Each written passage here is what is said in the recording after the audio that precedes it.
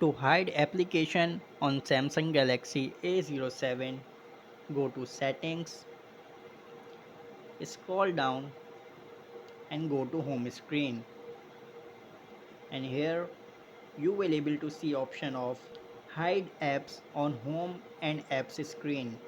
Click on that and here you can select the application you want to hide.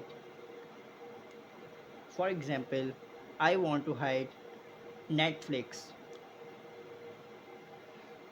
Click on the application and click done and see there is no Netflix on the home screen or here. However, if you want to access the application, go to settings, scroll down, go to apps and here you will able to see all the application. From here you can access the application. Click on open and see you can open the application. I hope this video helps.